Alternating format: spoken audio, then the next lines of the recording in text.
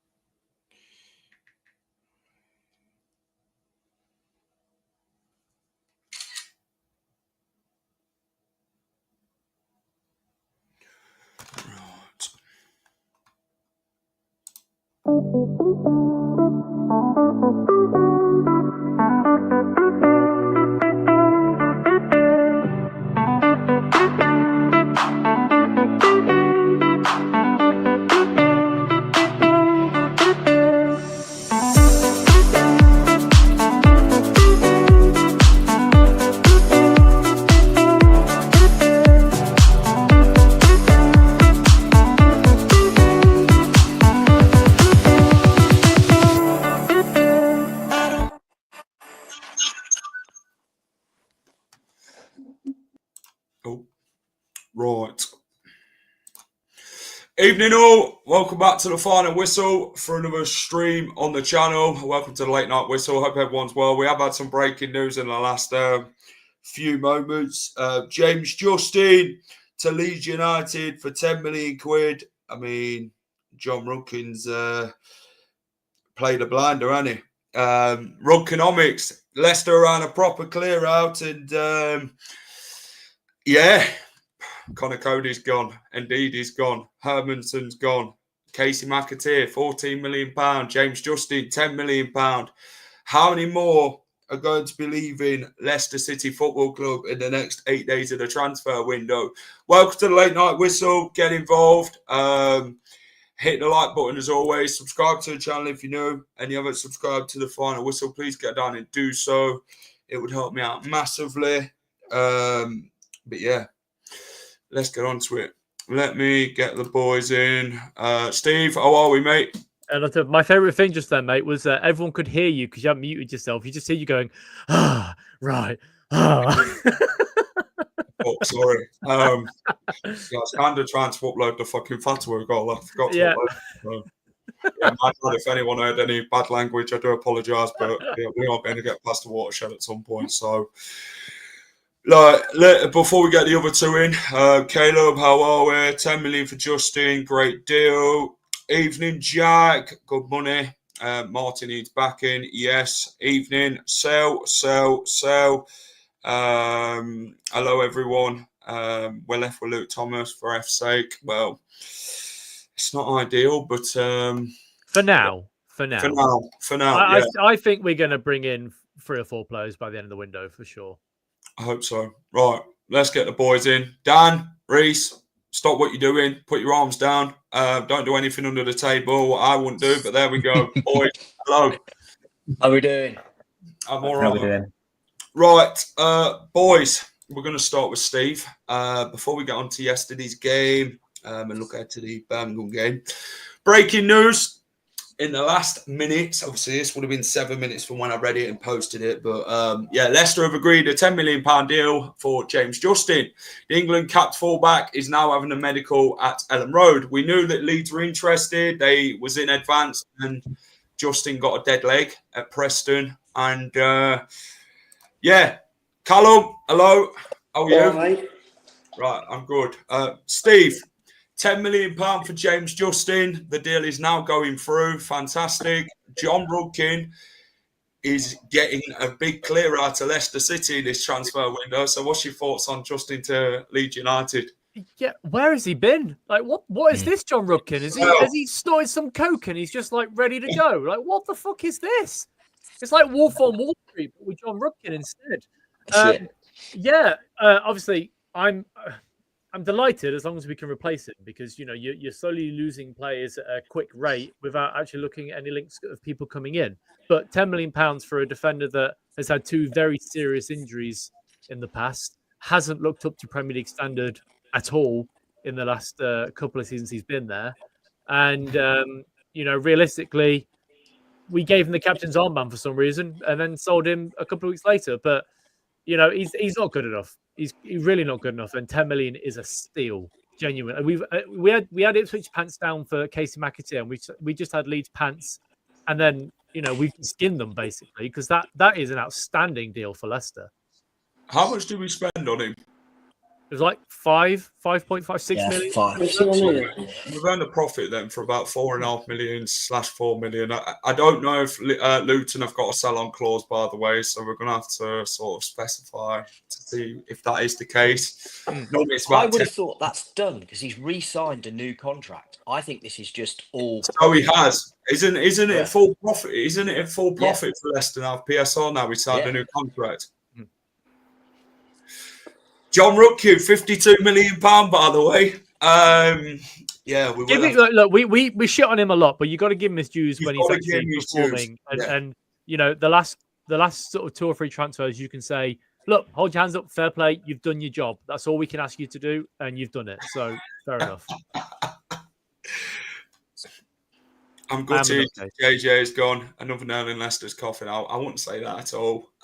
We need a new squad. We need to back the manager. JJ, year left on his contract. It's 8 million guaranteed plus 2 million add-ons, according to Rob Dorset.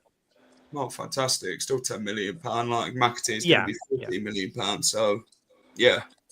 Probably the add-ons are about if they stay in the Premier League, the extra 2 mil. So, So we're going to get £8 million then, basically, because they're not staying in the Premier League. No. Dan, what's your thoughts? A year left on his contract, a £10 million in the region deal for Leicester City for James Justin. Good money? Absolutely. You know, like we've said over the past couple of days about all of these that are got 1 year or just a bit less on their contracts. Whatever it is that we can get for them, they need to go. Because what's he on again? That's 60, 65k a week as well. Probably about 60 grand a week. Yeah. So, you know, that's the sort of things that we need to look at also, as well as what we're getting in the bank, as in a transfer fee. It's the money that we're saving on the wages. And we'll get somebody else in, or we should get somebody else in. Mm-hmm. But you would like to hope that, and this is really where Rodkin will earn his money, is if he's not handing out stupid contracts again. And just whoever the next person is, he goes and gives them 60, 65 grand. So, you know. So we'll see. But yeah, for us, getting 8 million or whatever it may be in the end is good work. Danke, I don't believe he has because he signed a new contract with Leicester City since. So maybe they didn't add a sell-on clause back on that one. He did his like normal contract with them, but I don't think Luton's going to be getting anything anytime soon else from Leicester. We spent £8 million on Odson Edouard and £2 million on Wayo Koulibaly. It clears these crap deals out. It does. It gets the money back for them. I mean, what did we pay Edouard? 90 grand a week on loan. Never really given him the opportunity. I mean, he did play for Crystal Palace today, by the way, boys. He's not gone hide in, so he is out there somewhere. What? They found him? They have found him. Oh my god! So all those milk cartons with his face on worked. They found him. That's incredible. He's tucked into the bench. Leicester are going to be sponsored by Bargain Hunter. It's free. See what you've done there. Callum, what's your thoughts? Obviously, James Justin, a year left on his contract. Great piece of business by Leicester. The transfer window closes a week tomorrow at 7 o'clock. A big weekend for the club. But we have sold a lot of players. But isn't it now time to reinvest and bring in the right positions in? Yeah, I think that, you know, it's amazing money for us. I think that, you know, especially last season, I thought James Justin was at fault for a lot of goals last season by being out of position. Fair enough. He's not a Premier League player. You can tell that. You know, it's like Steve said. He's had 2 bad injuries, and he's not been the same since them. So I think, you know, a year left on his deal, just get the money for him. You know, it's a no-brainer. Yeah, I think so. The McAtee were a no-brainer with the bloody price. I mean, Rudkin's done some bloody deals. I mean, he's digging his heels in with a bloody Bilal El Khannouss thing at the minute with Crystal Palace. That he's saying, well, you lot spent, what did you lot get, £68 million for it, Jose? So, something like that. At least you fancy paying $50 million for him? That they're like, hold on a minute, we can't get into this, John. But I think 60 of that was up front as well. They've stalled at the minute, recording talk, but we're going to get on to Bilal El Khannouss in a minute. Reese, What do you reckon then? The breaking news: James Justin to Leeds. He's had a good few years at Leicester at the start. Injuries have hindered him massively. A year left on his contract. It's good money, £10 million. It's even a profit, which is a main thing towards PSR. Yeah, I think during that COVID season, he was the best left back in the league. I thought he was outstanding, Yeah. but ever since he got his injury, his really bad injury, he hasn't looked the same, and he's had injury after injury. So I think I don't know if you lads agree, but I think this has been one of the better transfer windows in terms of the money we're getting for players in recent years. You know, you think of the Cody money, you think of McAteer as well, pure profit, JJ profit. Indeed, we've got decent money for him as well. So, yeah, I mean, like I said, we've got to give John Rudkin credit where it's due. But I agree with them. I agree with Steve. I think you'll see about 3 or 4 come in before the deadline. Yeah, I think a striker's a must, boys. We need some goals in that team. That's the thing. But yeah, 10 mil. Justin spent a fair few years at Leicester. 6 years, I've seen earlier. Yeah, 6 years. He's won the FA Cup in that time. He's done his accomplishments. He's also had, obviously, the downturn of relegations. But, yeah, his injuries have hindered him massively. He's not been the same player. I think he's really struggled to get back to him normal self since. But you do thank him for, obviously, what he has done in the best things that he has done for Leicester. But, obviously, you now move him on. I think there's about another 7 left on their year left on the contract, Steve. And Leicester have got to really get a move on. I think this is now a big day / big 8 days for Leicester City going forward. Yeah, I think we're probably more likely to have a really busy transfer deadline day, which is exciting because we've not had a really busy one for a while. We're probably more likely to look at loan plays than players coming in on a permanent basis. We might have 1 or 2, but you know, there's no limit to loan players. So it makes sense to go out there and tap into that market, especially because you'll see that the younger lads in the Premier League squads that aren't going to be registered will go out in, you know, a lot of them leave in the last sort of 3 or 4 days of the window to find first team football. So, there's clearly going to be some movement. Whether or not there'll be full-time signings or loans is up in the air. But we also have to remember that come the 2nd of September, we can still register free agents. So, you know, we can still bring players in. And there are several players on the free agents list that could walk into this team and do a job for sure. As long as they're not above the age of 30 and we're offering them 60 grand a week. That's important that we don't do that. But it's looking more positive, for sure. Well, Kurt Zuma's another one that's been linked, hasn't he, as well? So, you know, that's... Well, we all know about his past history about... as long as you lock up we don't none of that, Mr. Mate. What's the hell? Probably kicked him at the Fox or something. We can't be having that. Sorry to see JJ go, but it's money in the bank. It is. Justin... He did try in the team. We can't say he didn't. I just think last season the whole team was shit, basically. You know, you can't really base one player in how many goals we were shipping because that's our whole team performance in doing that, you know. So Justin himself, I think it is a good move in 10 million for him and the club.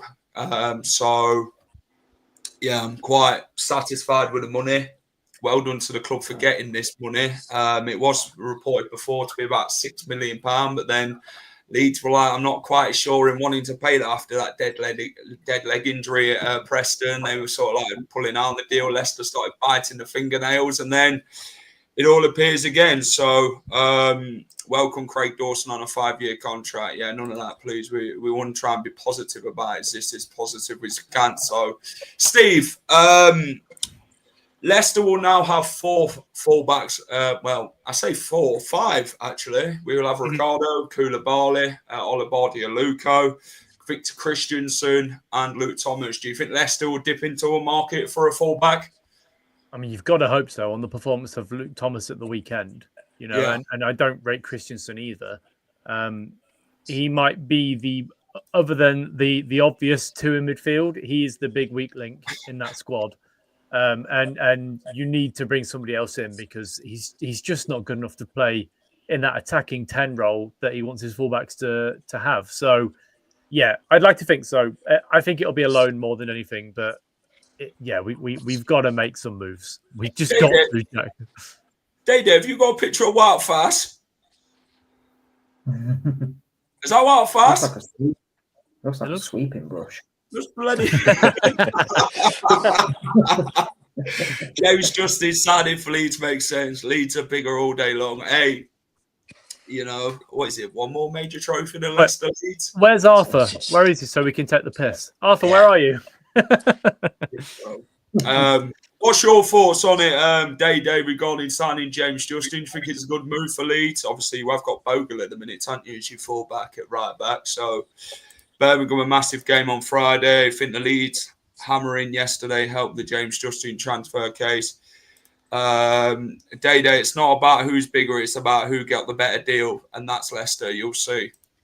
Can't be Wout, as he'll be on his way to Besiktas. Hey, Besiktas are going to be moving for Wout Faes. Apparently, their representatives are going to be coming to Leicester shortly to discuss the deal. So, it's a bloody massive week, mate. Boys, on to the next one. Bilal El Khannouss. Well, Sacha Taglieri said talks remain stalled with Leicester City. The Crystal Palace have shown concrete interest in Christopher Baumgartner. I think that's how you pronounce it. Baumgartner. All right, yeah. The Austrian, who's considered as an alternative in case of the El Khannouss deal falls through. Obviously, John Rutkin again digging in his heels. Crystal Palace, it clearly shows they're not 100% committed to getting this deal done. They are weighing up their options to see if they can get anyone on a cheaper deal than El Khannouss. But what's your thoughts on this one, Reese, regarding Bilal El Khannouss, regarding the stalled talks? I think it gives a bit of indication that we might be a little bit safer with PSR, because I think if you look at the Mads Hermansen deal, we took 18 million straight away, and we could have got more for him. You know, we all admit we could have got more for him. But I think with John Rutkin digging his heels on this one, he'll think, right, we're a little bit safe with PSR. I can get a little bit more money for this one. Whereas before, I think with all the trouble with PSR, he might have just had to take a cheap deal. But you know what Steve Parish is like. He's one of the tightest owners. He's one of the tightest owners out there. So, but no, I mean, like I said, if you want the player, you pay the money. And I like the fact that John Rutkin's sticking to his guns. No, it's 30 million. You pay the fee. Simple as that. Yeah. So, we might get a bit more. Yeah. What's that? Yeah. Spurs come in. Yeah. Well, look, he's got quite a high ceiling, and he could be sold for bigger money in the future. You know, he's only 21 years old, so and he has got 4 years left on his deal. So yeah, there you go. Steve, what you been chatting to Frankie about? I sent you. I put it into the group, Jack. It's on the WhatsApp. So just responding to what Liam said about PSR and stuff like that. Yeah. So the reason why it's good to get rid of these players now is that it will benefit us for next season's accounts, which is important because it works in a 3-year cycle. And at the moment, we've got one big £90 million loss that we've got on the accounts. And we've got, I think it's a 24 and then like a 17 or something like that for the last couple of years. Well, actually, we don't know what this season is, but whatever this is, I imagine it's going to be about sort of 20 odd million pound loss. With that £90 million falling off the accounts for next year, we're making a profit or a loss that isn't as substantial. So say if we lose 10 million, we have then a leeway of, depends if we stay in the Championship or go into the Premier League, but if we're in the Championship, it's £84 million over 3 years that you can lose. It means that we have a significant budget coming next season. And then if you take into account as well that fact we're losing players that are on high wages like Harry Winks, Jordan Ayew, these players that are on big wages come next summer, it means the following summer when they've gone, the accounts look even better. So at the moment, selling these players helps the black hole that we have with PSR, meaning that we can potentially spend. But if we get fucked over and we stay in this league next year, it's less of an issue because we'll be under the threshold for PSR. We can show the EFL that we are willing to work towards balancing the books and not overspending. And then that way, the whole cycle of the last 4 years comes to an end to an extent, which is important because we need to refresh and get to the end of that horrible cycle of PSR. Boys, there's 127 people watching on YouTube. What's the like target? What are we setting it at? 100. Should we set it at 100? Right. Yeah, 100. Go on, 100. Right. Callum, Bilal, there's been a lot of talk. Yeah. Crystal Palace are the latest club to hold talks with Leicester about Bilal. Crystal Palace are probably trying to be snidey little gits and trying to get him at a cheaper price, but it just seems a bit of back and forth with this Bilal thing. So it's sort of say-so type of thing. Sacha Tablieri keeps saying one thing, then he's saying another, and then another thing gets added on. And what's your thoughts on Bilal? Do you think it could be a case that he stays at Leicester and maybe it's an unsettlement type of thing, or do you think you can see him leaving before week on Monday's deadline? I think the main thing is we've got to stand strong. I think if he comes out and goes to club and says, I want to leave, get rid of him. But he's got 4 years left. There's 4 years left on his deal. We can afford to keep him for one more year and then sell him on. Yeah, it all depends on what he wants to do. If he wants to go, let him go. If he's happy to stay, keep him and sell him if good money comes in. But we just got to get the right money for him. That's the main thing. Harry Winks. Well, a guy who gave a lot on the pitch, but his mentality after games have not been quite there. Yesterday, no, but he was there Saturday, weren't he? Yesterday, he clapped. He did. He came over to the away fans and clapped. Before he's not. Didn't want to though, did he? He stood there like this, just. He stood there like that, basically. Yeah, but he's obviously been told. What's your thoughts? Do you think it's more of the case that we could see a move for him? If we do, how much do we get for him? What's your thoughts, Dan? If we do get the opportunity to sell him, it'd be great if we could get the 10 million back for him that we paid out. So, and which, again, if we can get 10 for JJ, then we should be able to get 10 for him, really. Yeah, fair enough. But he's clearly shown that he's not that interested in staying for whatever reason. Because whatever happened last season, we'll never know the real ins and outs of it, other than the fact that he wanted to stay at home every night and look after his missus, which... It's fair enough. Again, it is fair enough. But if he was asked to stay, if it was maybe handling the situation a little bit better. Yeah, if it was one night, I don't really see what the biggest issue of it was. But that may be me being a bit one-sided on it. But yeah, if he goes and whomever it is, I mean, because that's all gone a bit quiet since there was. All of a sudden, there was like 3-4 teams that was after him, and now I've heard nothing. So we shall see. Yep. I don't think he's going to end up going, and I think then he'll get integrated back in. And if he does what he has done in this league and shown in the last couple of games when he comes on, then we've got a decent player which will help us go up. That's the thing, Danke. He still gave everything on the pitch, which that's what we want to see as fans. He's not refused to or anything like that. I don't know what's going on. We'll see. 140 of you watching, by the way. Get hitting that like button. Subscribe if you haven't already. We try and do these lives as regular as possible, get everyone's views. You guys in the comments mean a lot to supporting this channel, and we try and chat amongst ourselves and obviously get you guys involved as well. If they show fight on the pitch, then I'll support whoever stays, including Samari. You know what, if they have to put the shirts on and they give it everything, then that's all we ask as fans. But if they're not and they're like, but I can't be bothered for this, then it's a problem. But Booba, Steve has had a bit of a thing for Fuck off. Fuck off. Kate made a very good point this morning. Our midfield is like a polo, and it's his fault. He's the hole. Oh, so the last. He's sure he's not skipping. He's sure he's just getting put off by Skip. No, because if you look at it, the first 4 games we've had Skip and Samari and Winks and Samari, right? Yeah. If you take out Skips or Winks, there's still one common denominator that isn't pulling its weight, and it's fucking Samari. If we drop him and bring somebody else in, we might be all right. He's fucking useless. Sorry, I get very annoyed about this. That's all right. You know, I'll let you calm down while I get to Reece. That's it.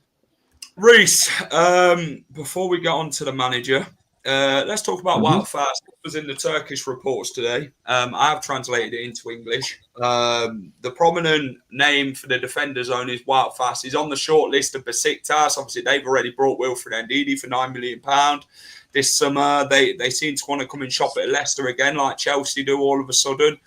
A 3-year plus an option of a year contract was proposed to the player. The management will make a transfer to England in the coming days and discuss the permanent deal. Wout Faes, if we can get good money for him, then fantastic. If we can get 10 mil, then it's excellent by John Ruckin. It looks like Ruckin's going to be moving quite quickly this transfer window, not just for one deal, but another as well. But what do you reckon regarding Wout Faes? Obviously, was on the bench yesterday. He has... You'd probably say he's been our best defender so far this season, even though some of the performances that have been put in by the squad have probably not been to standard. But Faes has probably been the standout defender so far in actually trying a lot more and actually getting stuck in. But what's your thoughts on Faes? Well, if we're getting 10 million around the 10 million mark for JJ, I don't see why we can't get round the 10 million mark for Wout Faes, because people forget he's still a Belgian international, 26 years old, and Belgium are one of the better clubs, and not better clubs, better international teams in the world. So I don't see why we can't get that sort of money for him. If it's any lower than 7-8 million, I wouldn't take it personally. I think that's a bit of a piss take. Yes, he has been our best defender, and I'll give him his due, because I actually think this system suits him a lot. I really do. I think the system does suit him. So we might, if he doesn't go, would I be peed off? A little bit, because a few performances doesn't make me forget how poor he was last season, and he's got 2 relegations on his belt as well. So it's a tricky one, but I would be happy to see him go personally, because I think we can get better and cheaper out there personally. Fair enough. Michael says the club haven't brought a decent player for 4 years. Well, that's right. That's just not true, is it? Yeah. Go on. I'll let you elaborate, Steve. Abdul Fatawu. Yeah. Hermansen was good for us when he played for us in the first season. Tielemans. Harry Winks in the first season was fantastic. Okay, ignore the last 18 months, but that was still a good signing. We had a very good window under Maresca. Okay, you can look at last season and think, yeah, the majority of them were shit, but you can't say Fatu hasn't been a fantastic signing. You can't say that even Mavididi, to an extent, even though he's been quite poor, he's still been a decent signing for us. So, yeah, that's 4 years. It's Bilal, yeah. These players are all going to get profit for us. Decent players, then. Yeah. I think it's just been the way we've probably sold them has been a bit of a problem. But the way we've handled it is I'd probably say is the problem at times. Could you imagine Danny Ward running around in midfield? I mean, have you seen him for Wrexham? It might be better, to be fair. He's not concentrating. It is making me smile. It is making me smile seeing them play crap. It really is. As soon as they signed, as soon as they signed Connor Cody, as soon as they signed lots of Callum Doyle, Danny Ward, I thought you've made big mistakes there, guys. Big mistakes. Do you know what my favourite thing is? There's a lad that follows me on Twitter that when they first signed him, I took the piss on their post, and he said, "Don't worry, he's our third choice goalkeeper." And I was like, I said to him, "Just you wait, he'll be your number one." He was like, "No, he's not. He's shit. He's not going to be number one." And he was. And the last 3 games, he messaged me this after the second game, and then he messaged me after yesterday's game, and was just like, "Why did you sell him to us?" I was like, "We didn't. You got him for free, you fucking idiot. That's your fault." Yeah. Mads is selling West Ham quite well, isn't he, so far? I mean, they seem to want the money back quite quickly. Told you. Mads will come good. We haven't scammed them. Show the lad some respect. Well, Can't he was see all it. right until he got injured. That's been I'd say that was the downfall for Mads. His injury. He's probably come back too quickly after this injury. To be fair, in his operation, they've moved him back too quickly again. So that's the problem. Graham Potter. Long term. I'm kind of glad that we've dodged a bullet with bloody Russell Martin. How things are going with bloody Rangers. Yeah, I feel a bit sorry for him. As well. I feel a bit sorry for him though. Who? Russell Martin. I do feel a little bit sorry for him. Well, you've seen the situation. Well, I know you don't, because I know you don't like him. But I don't know if you've seen his interview. That guy. Have you watched his post-match interview today? He turned around. He turned around and said, he said he likes the club, the directors of football, and everything like that. He did. Steve, have you watched it? And he didn't include the fans, did he? In that sentiment, and the fans are really pissed off. The fans are the heart of the football club. He needs to realise that. Yeah, I think that with Russell Martin and Reece, you were very lucky not to get the Samare look then. You know, when you said he was quick, you almost got that look. It was close. The issue with Russell Martin is that Reece games, telling you. he called out the players, and once you do that at a football club, once you call out the players in front of the bus, there's no coming back. Unfortunately, it happened to Brendan. You know, it happened to Rude. These things just happen. Once you start doing it, that's it. You're done. Yeah. And he'll be gone by Christmas. He will be. Yeah. He might be gone after next weekend, depending on how the result goes. If the Celtic go and bash him 5 or 6, he'll be gone. The situation I'm alluding to is obviously he said earlier that a player refused to come on the pitch. Now, as fans, would you not want to know what's going on in the dressing room? If your manager's coming out and being honest and saying stuff, would you not want to know? Oh, we know why. It's because he called them out as being a load of shithouses. He did. He called them crap. Yeah. Basically. He basically said what Ruud van Nistelrooy said about this Leicester team last season. He said that I need a mountain to climb here because they're all not good enough. And I'm like, mate, when you start saying things like that, mate, then players are turning quicker than Vestergaard, Fast, VK, Samare, Winks, Skip, Daka, all rubbish. I won't put Harry Winks in there. Fast, he probably is our best centre back, if I'm honest with you, until he probably does leave for Besiktas. Vestergaard, not good enough for the Premier League. He's steady in the Championship. Samare hasn't progressed in 4 years.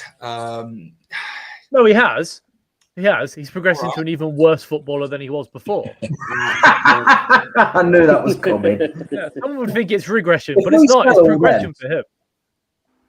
If we manage to sell all them, that would probably be the greatest window ever in terms of selling players. Selling players. But you need to bring players in because you can't rely on the rest of the squad. Agreed. But it seems like we've gone full nuclear on quite a lot of players and just accepting bids because we want them out the door. And that's good. But if we get to January or February and we're laying 16th in the table, are fans going to be happy with the board? I don't thought so. You won't blame the manager for this, even though he's the one fool guy at a football club that most people say, well, if you change the manager, things will improve. That's not the case usually. No. But you have to look at it that if we don't bring in new players and we get to the middle of the season, we're not doing great. The board are going to get so much more shit, and they might be. They just, do you know what they need to do? They need to come out and say, like, we have to sell players to make sure we're compliant. Right? We're really struggling, and the fans will go, okay. Fair enough. Can we buy players? No, we can't. Okay, fine. We'll deal with it. Just tell us. It's so much easier. Look at what Bristol City done. Did you see what Bristol City done during? Unfortunately, we can't sign players. Blah blah blah. And the fans were like, "Okay, fair play. Thank you for letting us know." That's all we want as fans. All we need. Yeah. Just say, look, we're trying to fix the issues that we created in the last 4 years. I agree with by that. Spending money that we don't have, and this way is the only way to do it. We're selling players. We'll try and bring players in, but if it's not going to happen, then we'll just have to deal with it for a season and go from there. I agree. Callum, reset. Do you think that's what now? The resetting, and know they've made all these mistakes, and now they've actually got a reset button and said, well, we need to start again here and actually think about what we've actually done. Yeah, I mean, the 2 nail on years the too head late there. with it, but they talked about a 3-year period, didn't they, Dan, before, where they said it take us 3 years to get to find some sort of stability, normality again with PSR. Yeah. And obviously, we've what sold £52 million now since that James Justin deal's completed, and there'll be a few more to add to that. How much we're in PSR is another thing. We obviously don't know what goes on behind the scenes with financial things and that. We only know what the media reports. So, that's what I mean. The last report is that we reduced it down to a 17 million loss. We are realistic. So reset may take a couple of seasons. It takes as long as we need it to. It's not. I don't think it'll take a couple. It's a marathon, not a sprint. The only thing that I'm worried about is that rather than saying it's a reset for next year, it's actually asset stripping. And if it's asset stripping so they can sell the club next year, then that's a situation we don't want to be in, and that'll be worrying. You got Craig. Players will. I think we'll get a good understanding of that within the next 9 days. If they don't sign a single player, then we know where we're standing in regards to them wanting to sell the club. Where is Rob Tanner? Rob's having a break from things. That's where Rob is. That's why he hasn't reported on different aspects. Obviously, there's a few things going on, but he does send his regards though for everyone that's asking of when you're getting Rob on again. Rob will be back on probably in the near future, I'd suspect. But that's where he is. And I'm the guy with the bald head that replaced him now, so it's fine, Yeah, Steve replaced Rob.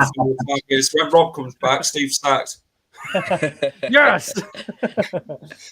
Right, boys. Abdul Fatawu, Leicester head coach, Marty Cifuentes said he wants to keep him at the club beyond the transfer window. There are some key players we want to keep, and Abdul is one of them. Steve, what's your thoughts on that? Obviously, Sunderland have been interested. Leicester are holding firm with Abdul. It's just a no-go. We sell him at all.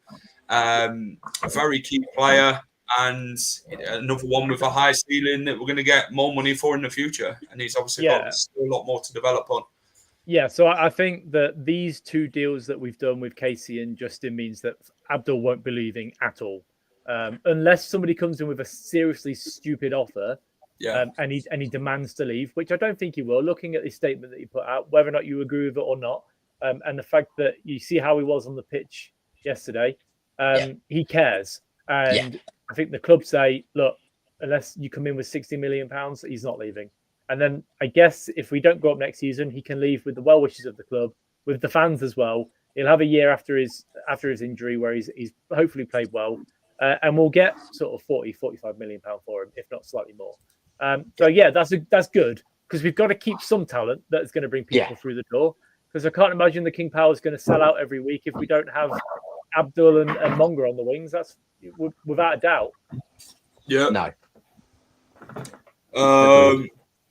Reese, Martin Cifuentes, this manager speaks a lot.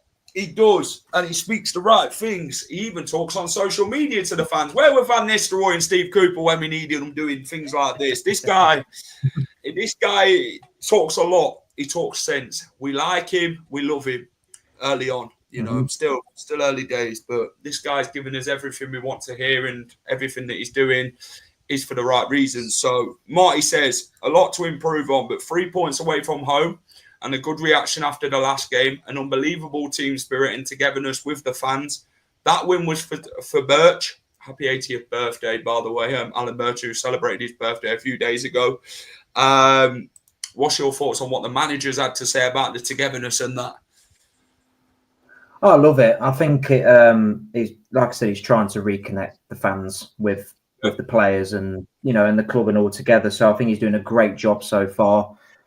He's got my full backing. I'm sure he's got everyone's full backing. I think this guy's an absolute angel in my eyes.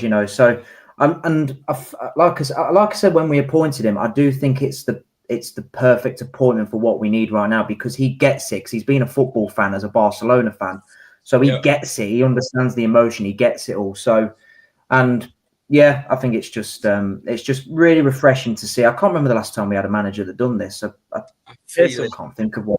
Nigel Just Pearson. Nigel Pearson, yeah, that's the last Nigel, Nigel were great at it. Yeah, so I really like the bloke, and I really hope he is here for the long haul, because I do think he's a great long-term appointment, and he can get the club back on track in terms of finances and bringing all the youth through, and we can have a proud homegrown Leicester team. As a future manager, he's only just getting started. He said it's not going to take weeks, it's not going to take months, it's going to take longer than that. And it's as long as he wants to work hard to get to where he wants to be, and he's getting rid of everything. It's the bad smell of the football club. Maybe Top said to him, "Okay, then you go and do what you need to do. As long as we are successful in the long run, then fantastic. So we'll leave you to it. You get rid of who you want to get rid of, and we'll earn the money that way." So I am slightly worried. Bridge again. Yeah, I'm slightly worried that if we do remove him at any point in the next year, they got rich. That a certain Graham Potter will be the fourth time going in for him. I said earlier on Chris's channel, if you give you a woman, go up to a woman 3 times and say, "Can I have your number?" and they say no, you don't go up to a 4th time, do you? But I just get the impression that at some point Graham Potter will be our manager within the next 2 years, because he won't get another Premier League job, that's for sure. No, I can't see that personally, because if you look at, sorry to interrupt you, Jack, I think if you look at what's happened with him, he spent 18 months out of the game, and that's a long time out of the game. So, he's 18 months behind, and the game's evolved like 18 months on. So he's got a lot of catching up to do, and look at him now. Yes and no, but I feel like with Potter that he's got into a West Ham team that is very dysfunctional, as we know. And he's not had the backing, like he said in the media interview yesterday. I think it was. He was like, I've got players sold that I didn't want to leave, and I want to bring players in that fit my system. And West Ham's a basket case. They'll go down this year. I'm confident they're going to get relegated. But this is a Leicester podcast. Sorry, guys, I'm getting. That's all right. You speak your worth, Steve. We've gave you the floor. So I am the Rob Tanner of this group, so I need to, To be fair, it took me a while to break down my wife. Glad I kept at it. Don't go slagging your wife off, right? That's a bad move, mate. You're getting it after this show, mate. Don't you worry, she's watching. Hello, Mrs. Tellerico. How are we? Nice to know Ray's slagging you off a bit, but no. Callum, thoughts on what Marty's had to say then after yesterday's game about the togetherness and that, and it's great to see the squads together and the fans. Yeah, I think it's what we needed, especially after last season. I think, there's a real divide, if that's what you want to call it, between the fans and the players. And I think, I'm going to touch on the game, especially after the first half yesterday, you need the managers that's going to take you in the dressing room and give you an absolute bollocking. They needed that, and they came out and produced that second half performance. But, I think Marty looks like he's really trying to build something here. And yeah. I agree. Boys, let's talk about yesterday's game. We're at that stage now of the show where we actually want to talk about yesterday's game. 1-0 win at the Valley. Leicester back on track. A nitty-gritty win is what I'd call it. It wasn't the best in the first half, far from it. But second half, they come out, the fight, the togetherness. Even Akoli and Vestergaard were celebrating every block. And how many times we've seen that Hamza Chowdhury were getting snapping at the Charlton players yesterday. And Fatawu scored an absolute belter of a goal, which Nathan Jones turned around and said it's only a 1 in a million goal. It is. I'm not being clearly funny. Not watched him much. Watched him. You'd be surprised how many times he's done it, Mr. Nathan Jones. So a bit of salt on them chips, mate, won't go amiss. Steve, what's your thoughts on the win yesterday at the Valley? What do you take out of it? A bit more togetherness? Yeah, I mean, the defensive partnership was much better. You saw at times where Akoli and Vestergaard put in blocks and they were celebrating doing so, which is what you need. We've been missing that for a while. I'm still a bit worried about our midfield because it seems like non-existent. And my biggest issue is Luke Thomas at left back. You saw yesterday that he just got pushed off the ball so many times. There was a moment in the first half where he got past the ball and he had the clear, he could have passed it up the pitch to Fatawu, but instead of doing that, he passed it out of play. And you're like, what are you doing, mate? Use your head. So we are still weak, but if we win games that we shouldn't be winning, then that's a sign of a work in progress that can potentially work. And 3 points is better than no points because we haven't won away since Spurs in January. So it's nice to get a win, especially after the Preston game as well. It was about the reaction that second half. I think that's what Marty wanted. He brought a lot more energy onto the pitch. Silko Thomas, Patson Daka came on. Harry Winks came on for Skip, which Samare looked a far different player than the first half. Bit more going forward. Jordan Ayew swapped into the centre attacking midfield role, which I think maybe it could work a bit more better for him. But the team strong in defence. Vestergaard, Akole, Luke Thomas progressed a bit more second half. Al frustrated him, by the way. But Hamza Chowdhury brings that energy, that fight, and you could see how hard they battled to get that win. Because Charlton, the only real chances I'd say they had was Stolarczyk made a fantastic save, Dan. Yeah. How good was he yesterday? Because in that second half, he made a great save again. The size of the bloke to get down to save that shot on the line. Fantastic performance yesterday by the Leicester number one. Yeah, he was. He's obviously shook off his howler from the week before quite quickly, which is a good sign that he doesn't take that sort of thing too negatively. And he was. There's no doubt about it. They were both good saves, but they were still saves I would expect a goalkeeper of his talent to make. And it's just more the fact of that we were under pressure at the time, so it looked more than what it was. So because you're thinking, especially the first one, let's say on camera looks outstanding, unreal save. Yeah, that's it. But like I say, a guy of his talent, his size, he should get that. Yeah, absolutely. Yeah. Any saves that a goalkeeper makes and gets a pat on the back for, it helps you puff your chest out and go up. I'm the man here, and I'll keep us in this game. It's my day today, and it's a clean sheet. And again, he was the only keeper out of the two of them to keep clean sheets last season, and so far, hopefully, he'll be carrying that on into this season, and that's how you win leagues as well, is by having a assured defence goalkeeper to keep that out. It's defensive win leagues. Let's take it one game at a time, Dan. Let's not talk too far to the future. Let's not give it to Southampton any insight, mate, and helping them want to push on mentality. I wouldn't worry about that. And maybe as well, we are perhaps doing Preston a little bit of disservice because they went and beat Ipswich. So, Well, Rich messaged me today and he said, I enjoyed my potato. And he said, that's the only thing I enjoyed. So I was like, okay. It's a long way to go to enjoy a potato, isn't it? We did the same thing. 4 hours. But Reece, Ricardo Pereira came back yesterday. We needed that leadership. It all seemed to everything in transition. We're a bit more quicker. He was talkative. He helped the team structure better. How good is it to have Ricky P back in that team? Where do you play him in the next game is the question, because right back is an option, but then he's also inverted and can play in that midfield role as well. Could you potentially see a Ricardo and Winks type of midfield against Birmingham, or what's your thoughts on Ricky P's return? That's exactly my thinking, Jack. I think them pair as a double pivot, and it's proven track record under Enzo. They were absolutely fantastic in the Championship last time. They know how to work with each other. I think that is the perfect midfield pivot. You've got to keep Hamza at right back, so I think he deserves to keep his spot. Obviously, the only worry inside it is Luke Thomas.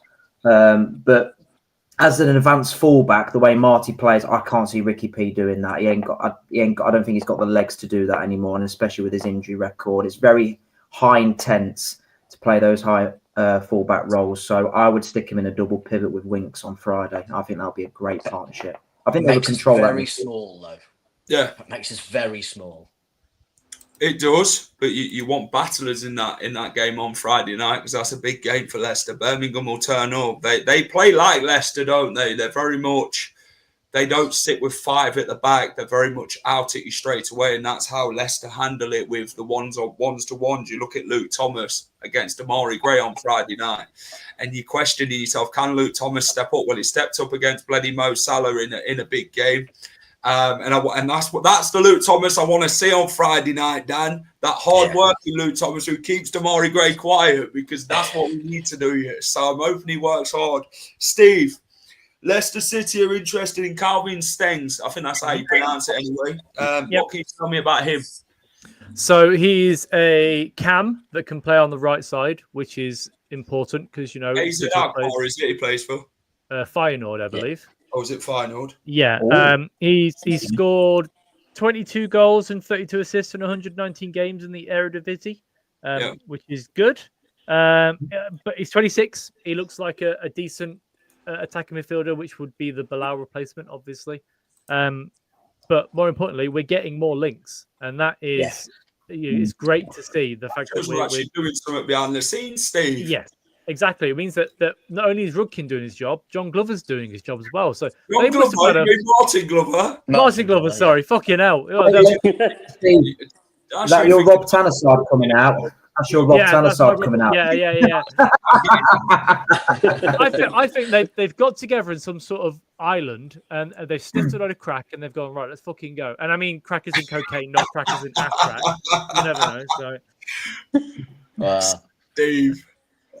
I'm excited, all right? This is the best part about football. Kids actually might be excited for once. I know. My wife's home shortly as well, so, you know. Let's leave it there. I believe players coming in, it's what I see. We link with so many. We always seem to be linked FC, don't we, Callum? Interested FC. Yeah. We need to now put the money where the mouth is and actually bank it now, because this squad, it is getting weaker, but we've got to make it ever so stronger in the next coming days. Yeah, I mean, we have. I mean, this guy that we're linked with, I couldn't tell you anything about him because I've never heard of him. Not nearly on myself either. But, you know, if Bilal's going, then, you know, we need to replace him, and hopefully this is the guy. But that ship sailed, Jack, mate. You what? I'm talking to Jack about Daniel Amati. He said, bring Daniel Amati back. Not happening, my friend. We can't be having that again. Basic agent talk most of the time. That's because they want to get their players big moves, Duncan. You know, do you think they're going to turn down the mighty Leicester City when we come knocking on their door, dear?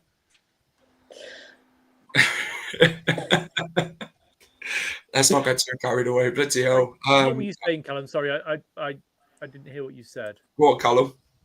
I just said that, you know, if Bilal's going, then, you know, it's another body in another position that we need to replace. But I said to Jack, I said, this guy that we linked to him, I couldn't tell you anything about him because I've never heard of him. But, you know, it's going to be one of them. He'll only come in, I think, if Bilal goes. And that's... But... So what is he, a centre attacking midfielder? Is he? Yeah, he's a cam that can play on the right hand side.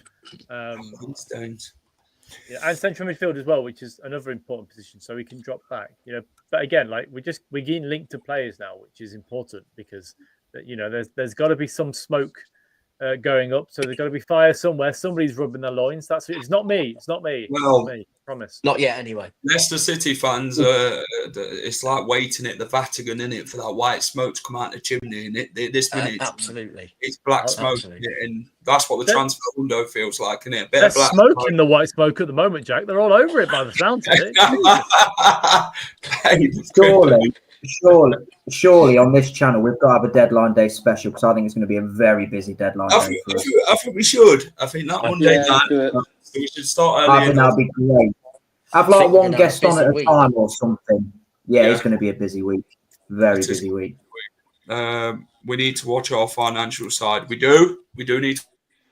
Yeah, I think there'll be 2 or 3 loans in there, and then 2 buys.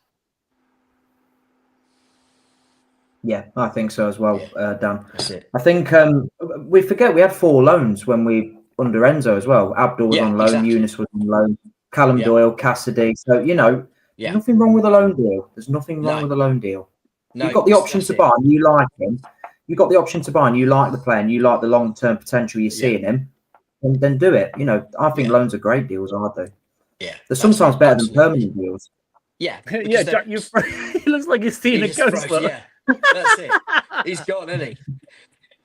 Right, welcome to the final Elm. I'm taking over now.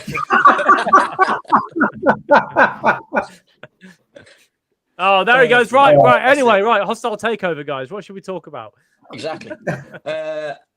Well, like we were saying about with loans, we've got this Idrissa Gueye or Gay, however you want to pronounce it.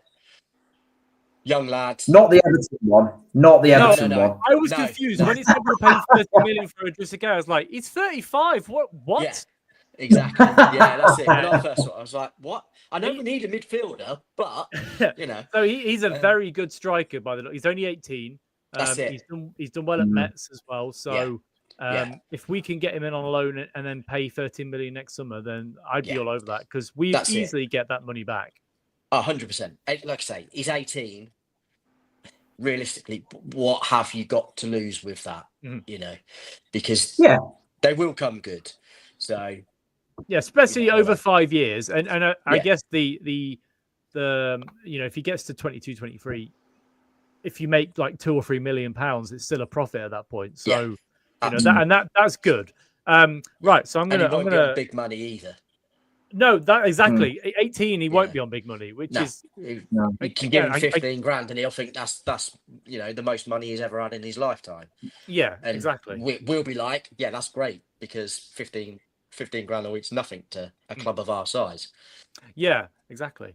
So let's talk about Birmingham, shall we? Whilst Jack's gone, are we looking forward to going up against a side that are slightly more attacking than the previous three that we've played? So potentially more sort of holes to exploit in the team. It might be more beneficial for our midfield to have a midfield to work around. But what do you think, Reece?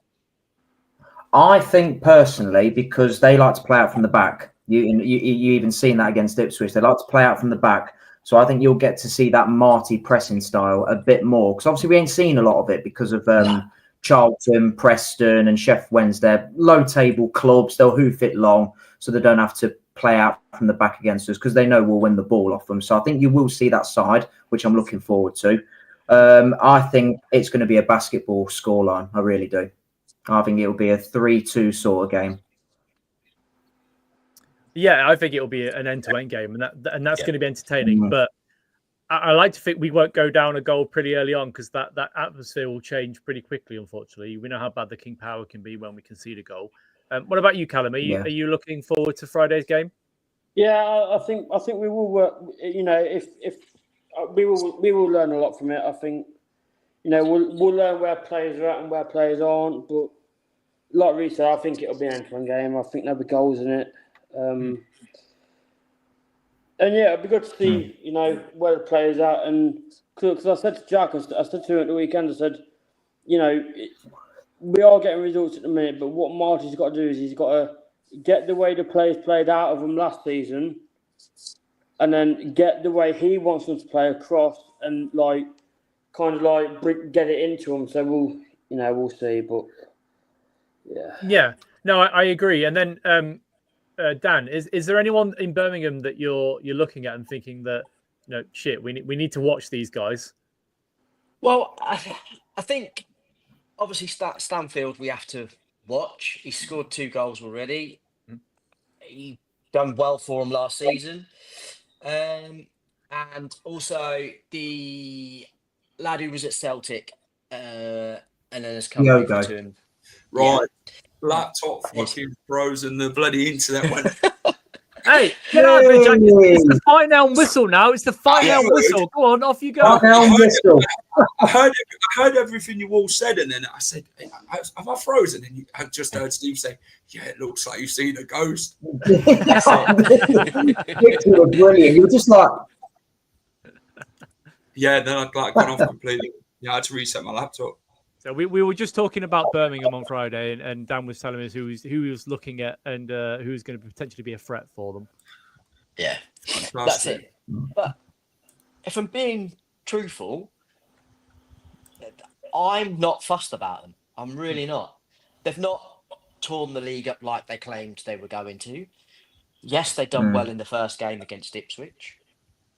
And then after that, they scored a late winner Saturday. Yeah.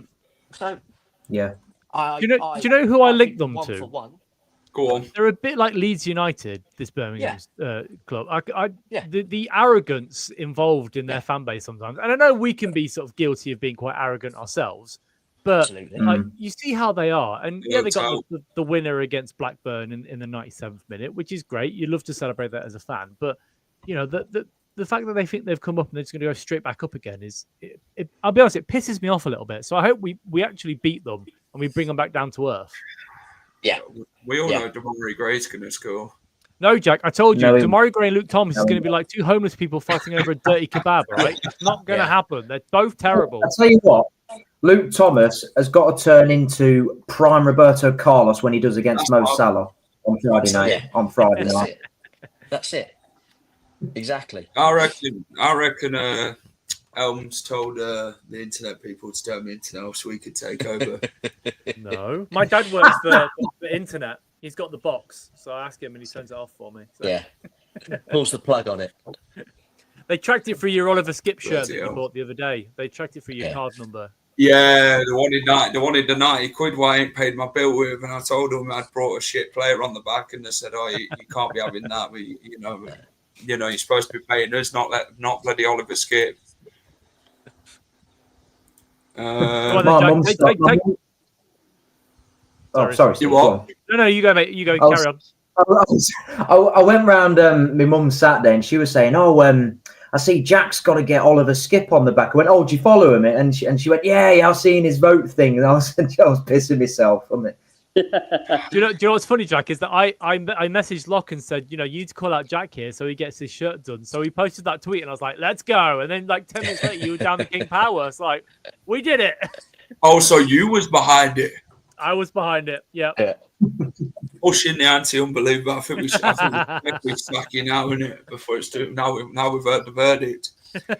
Damari Gray's never going to score. You'll remember it's Brum were poor against Ipswich. Yeah. Or was it the case that Ipswich were poor against Birmingham? Yeah, Ipswich were terrible Quite against possibly, Birmingham. but yeah.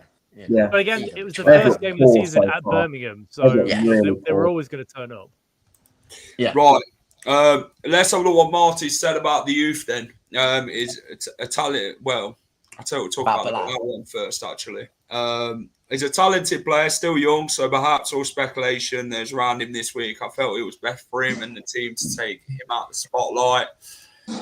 What do you like about that, Dan, regarding what Marty's doing? Players who are not right in the mind for playing with Leicester City at the minute are not 100% committed. It's good to see the manager is making the right decisions to taking them out to not affect the 11 itself. Exactly, and it's good because he's only concentrating on people who want to be here and play. Yeah. And if you're not, then you're no good to him because you're not going to do what he needs you to do because your mind's elsewhere quite clearly. Hence why he took him off against Preston because his head was stuck up his arse. But straight to the point.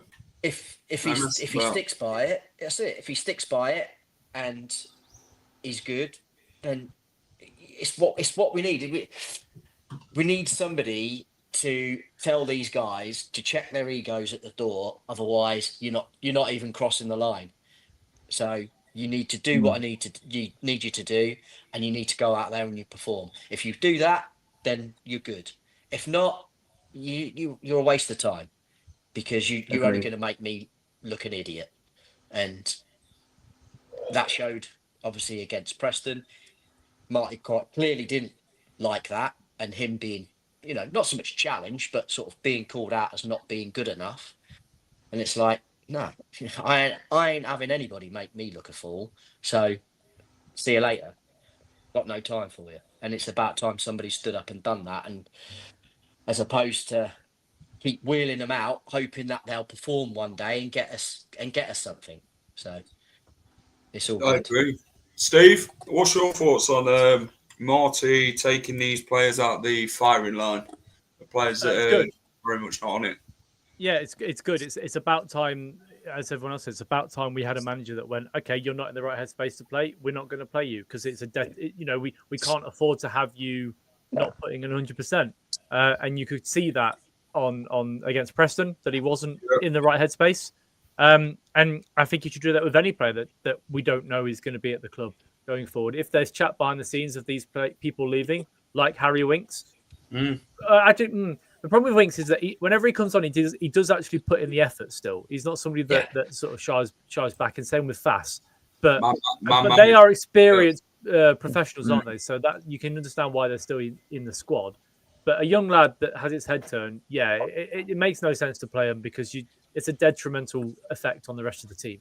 And he wasn't. It's like we need a creative player, and if your headspace is not in the right place and you have to play a 16-year-old over you, that's quite bad, you know. But fair play to Marty. Yeah, that's exactly. Shocking. You know, and I said at the weekend, it shows how far we've fallen that we were relying on two very good 16-year-olds, but still they're 16. They're not, you know, they're. But yeah, no, I'm glad that he's done it because I wouldn't want a manager to play a player that doesn't want to be here or isn't in the right mind space to be here. Reece, what's your thoughts on the man management? You know, he seems to be handling this quite well. To say he's only been here, how long's he been here, Steve? Oh, I know. How many weeks? Oh, it's like 7 or 8 weeks. Yeah, I was going to say. Not long. Yeah. Which is the other thing about our back four as well, by the way. You know, Paul, how are we, mate? I haven't seen you in a very long time, my friend. They've only been together for 3 games. So they're still learning how to play with each other as well. Yeah. Well, I think Marty's a very intelligent bloke. So I think he'll know. It's kind of like Sir Alex. He'll know when to shout at a player and he'll know when to put an arm around a player. And I think like that's what he is. That's what he is quite good at. You know, I can't see him being a shouter. He'll say, "Look, I'm not going to play today. You know, you've got X, Y, Z after you.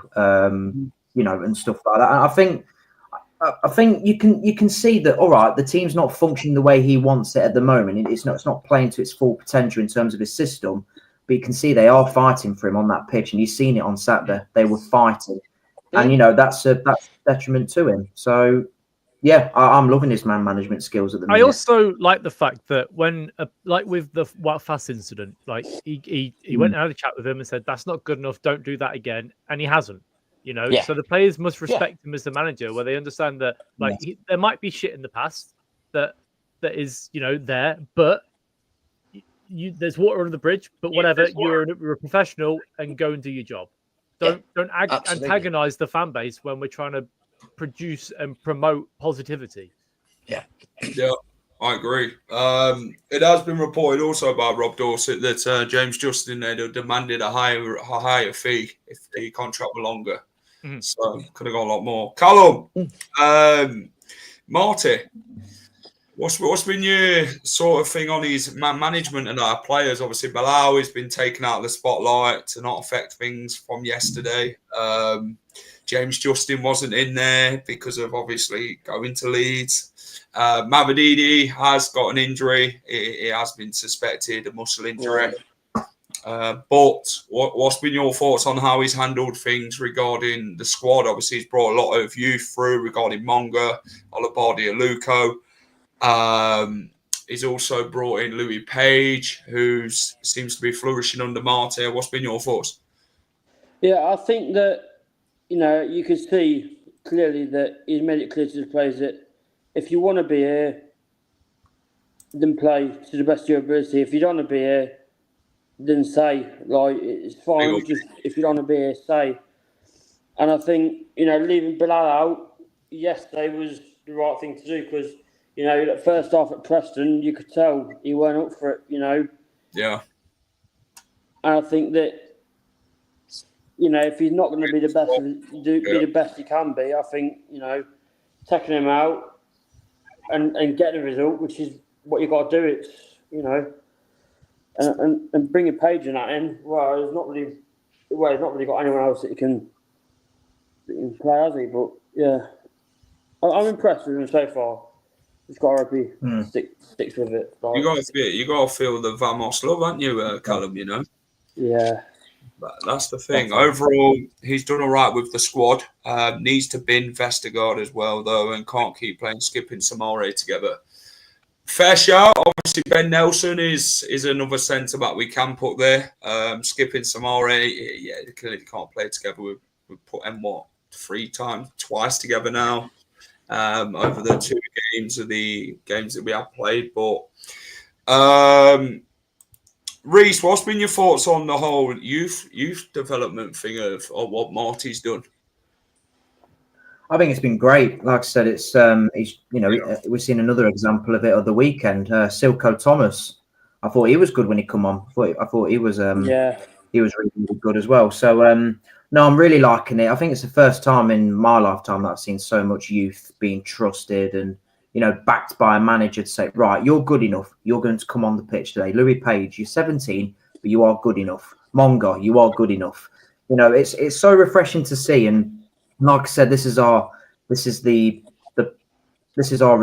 resolvement for the PSR issues. You're selling for big fees in the future, and you've got PSR off your backs for eternal future, basically. So no, but it is really refreshing to see, and long may it continue because I'm loving it, really, really loving it. Steve, where did you find that? So I was speaking to somebody that works in sort of registration, and yeah, basically. Don't say that we're definitely not under an embargo. I don't think he knows if we were or not, but he did say that when it comes to registering players, no matter who it is, it always says subject to EFL registration, and the EFL can refuse any registration if they want to. It's a strange situation to be in, but they can refuse it if they like. I don't think they're going to refuse anything until obviously they've looked at this business plan and what the Premier League. Yeah, I don't think they will either. But I think that's what the Nixon bloke was on about in regards to the embargo or not being able to register players. It's because we have to rely on the EFL to be like, yeah, you can do it. It's okay. Yeah, I'm good, James. Thanks. What's the likes on, Steve? The like is on 67 right now. We set it 140 watching. Smash that like button. Subscribe if you haven't already as well. We are trying to do a long show to discuss everything and everything. You hit 5K yesterday, I saw. Yeah. Dude, halfway to 10K. Sorry. I mean, I hit 5K because it's now the fine Elm Whistle, but What do you call it? You're my main co-host now, so it's like okay, work together and all right. You can stick your name in between it.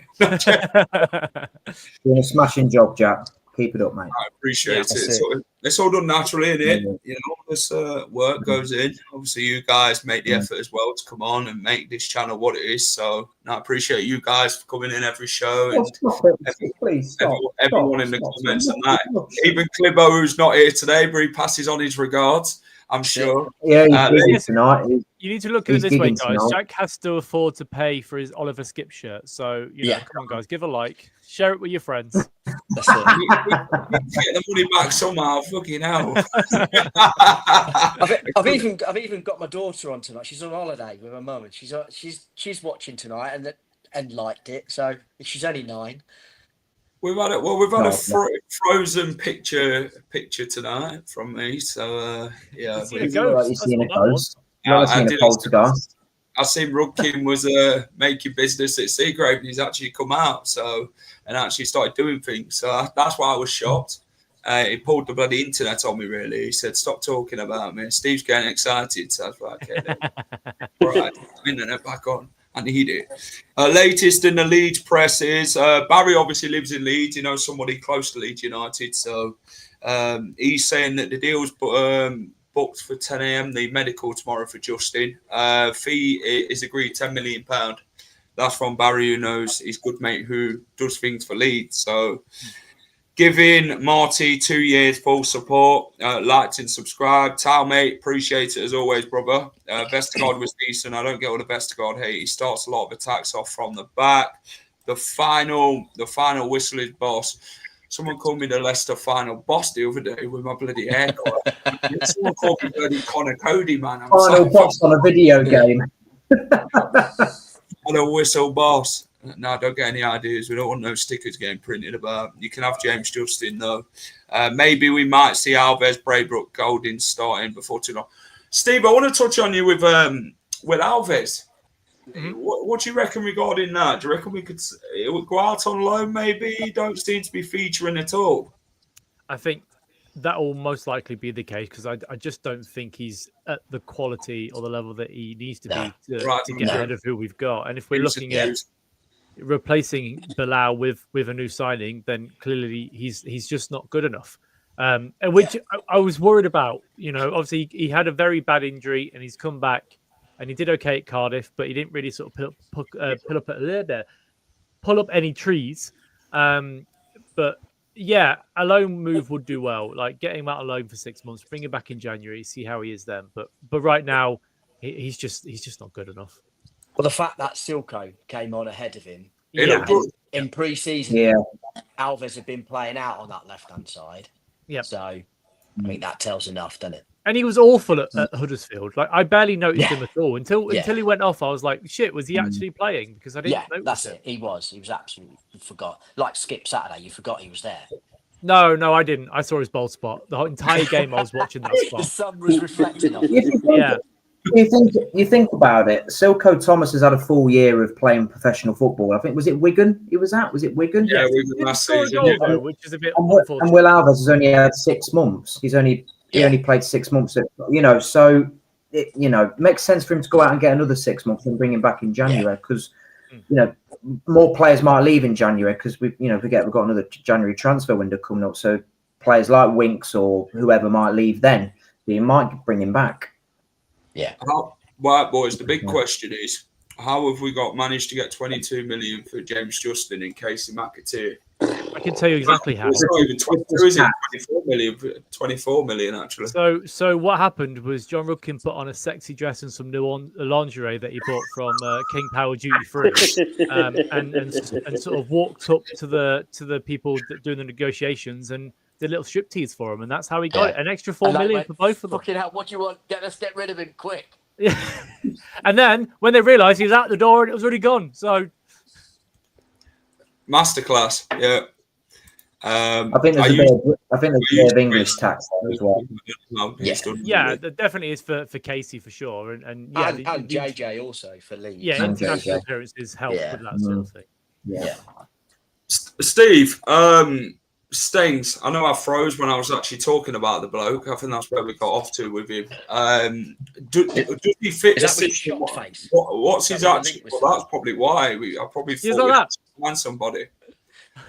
But no, what's his sort of preferred formation with what he plays with it, like Feyenoord and that?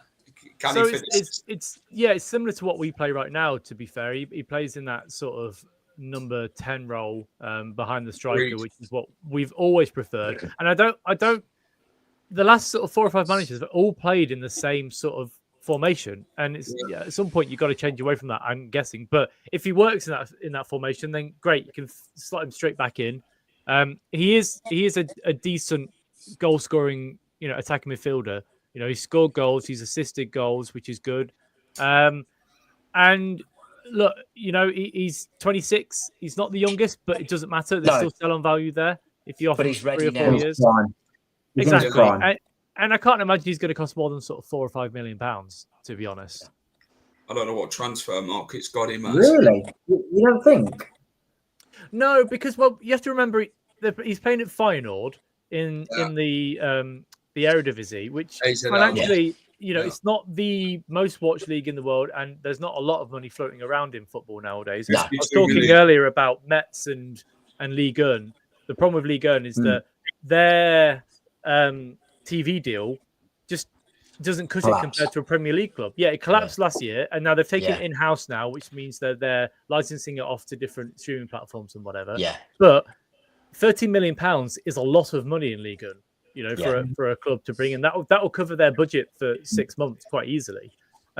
Whereas the Eredivisie, I know that it's well followed in the Netherlands, but no, and Feyenoord are a big club as well, to be fair, in that system. Yeah, massive. But £4 or £5 million is actually quite a big fee for some of their players, especially one that isn't well known across Europe, really, because a lot of Leicester fans will look at that and go, "Who is this guy?" So, I think there or thereabouts. I mean, it might be 5 push to 7 with add-ons or 8 with add-ons, but we're looking in at a decent market at the moment where 7 million. There you go. So a decent range. That sort of market. the foreign market is where we've been really successful.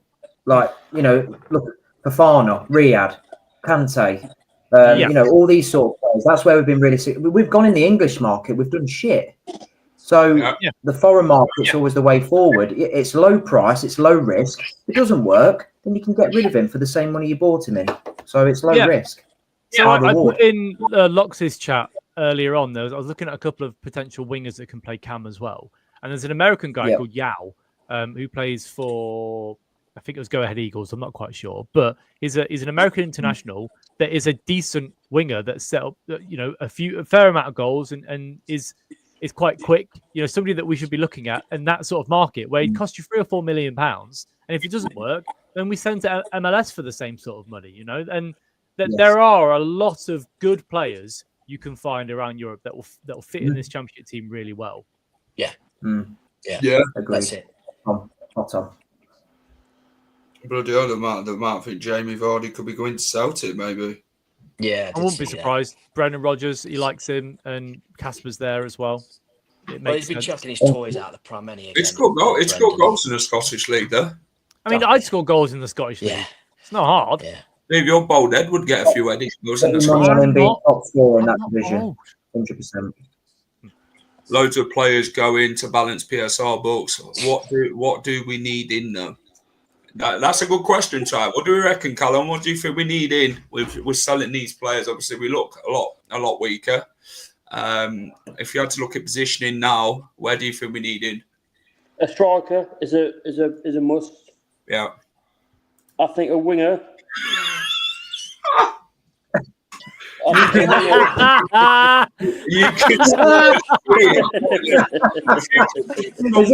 think it's it must be my hair. It's your new haircut. It's my new haircut. I'm standing there with a can doing this.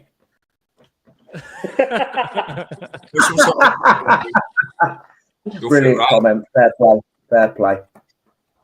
That's comment of the night, I'd say. That is comment of the night. Yeah, I'm better looking than them though. Yeah, carry on, Callum. Yeah, I think a striker's a must. I think we need a winger. Yeah. I think another fullback. Because I think Christensen will grow personally. Yeah, if we get 50 million from Forest, mate, I'd snap your hand off. And I think if Ricardo gets injured, we're a bit short. And maybe another centre half, but striker, midfield, defence. We are desperate need of a striker, attacking centre mid, a defender. I'm here all night, fuckers. Suck it up. Mate, you weren't here from the start, mate. So better late than never, my friend. You have missed a lot, mate. So it's good to see you in as always. Our midfield needs to be strengthened the most. We need a ball-winning mid DM and a centre attacking mid, and then a striker, then a centre back. What do you reckon, Dan? Yeah, absolutely. But I mean, we keep saying about a cam. It still all does depend on whether Palace or Spurs come through with Bilal. Because if we don't, then we're good. But we most definitely need two midfielders in because. We need a box to box, and we need a defensive stroke ball winning midfielder. Brilliant. Because we're severely lacking when especially with how Marty's playing. When everything breaks down, we need somebody with pace who can sit in between a Coley and Vestergaard and mop anything up, or go and smash somebody, take a booking, whatever it may be. Because at the minute we are so weak in the middle there. It's disgraceful. Bald. It's disgraceful. I've got hair. Right, okay. My lighting isn't great for me to say I've got hair, but I've got hair. Sorry, man, hair. I've just got the McDonald's M on my head. All right, leave me alone.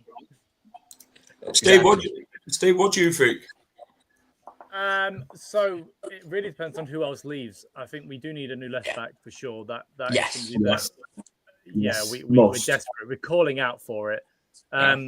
We are looking. I agree with what Dan says about a box to box. We're calling out for a box to box midfielder.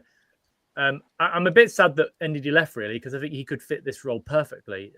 You know, but it is what it is. If Bilal leaves, we do need a new attacking midfielder. That's for sure.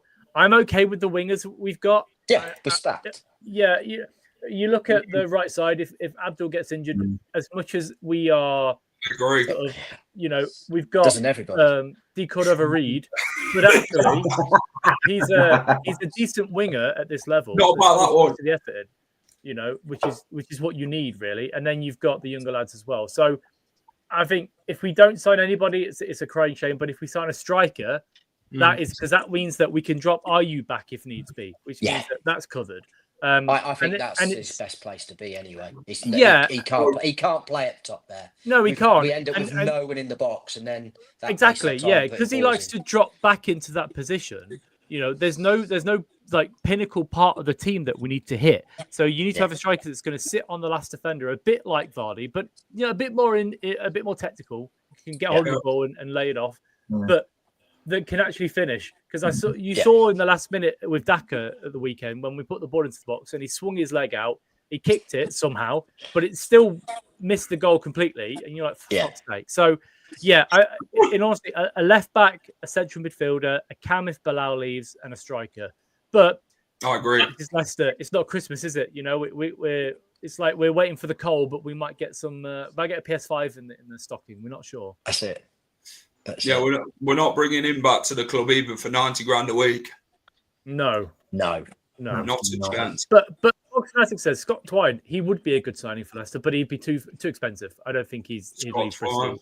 Hey, you never know, do you? You never know what could happen in this transfer. I wouldn't leave Bristol to come to Leicester. No offence, Leicester, but Bristol's a lovely place to live. Hey, if Rookie can pull it out of the bag, you don't say no. Lookman back would be that's nice. Try. That's very nice, mate. Look, I love. Lookman. We've got to move on, guys. We've got to move on, all right? Because look, you know, we didn't sign him. It is what it is. He's gone on to better things. Move on. Louis Pedro Alves is. I think Jake Evans will go out on loan. Jake Evans will go out on loan. Yeah. Louis Pedro played great. He's a number 8 and a number 10. Will Alves. I just don't know if he'll be in the plans a lot more. Lookman at £50 million. Welcome, Danny Ings. No. Again, if we sign Danny Ings, I'm never getting hard again. You might get Danny Ings shirt, Steve. Ain't happening. Maybe back in his Burnley days, but not now. No. But even that, he wouldn't fit with how Marty's wanting to play. He wants a target man through the middle. That's why Mihailovic at Millwall. Ivanovic, that'd be a good strike. He has to be somebody that we just go and get. We've got to look at him, haven't we? I know he's not scored so far this season, but he has got an assist. And he scored 12, 13 goals last season in the Championship. Do you think though, Dan, touching on Ivanovic, do you think 10 million at a price for him wouldn't be bad if Leicester did pay 10 million for him? Because it'd be a long-term investment, wouldn't it, for him? He's still young. He's like 20 years old. That's what I'm saying. Yeah, that's it. He's 20 years old. Even if we went up to 15 million, we're capable of doing that. And he's on 20 grand a week, 25 grand a week. That's well within what we should be able to afford for a 20-year-old. And you go, it's 3 million a year. Well, he's injured though. Is he now out for 3 months, Kone? He's injured. And QPR lost 5-0. So. Kone scored yesterday. 7-1 in the loss. Kone scored. 7-1.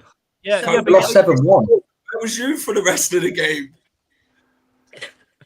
He went for a nap when it'll 5-0 if I ain't watching anymore. What's the point?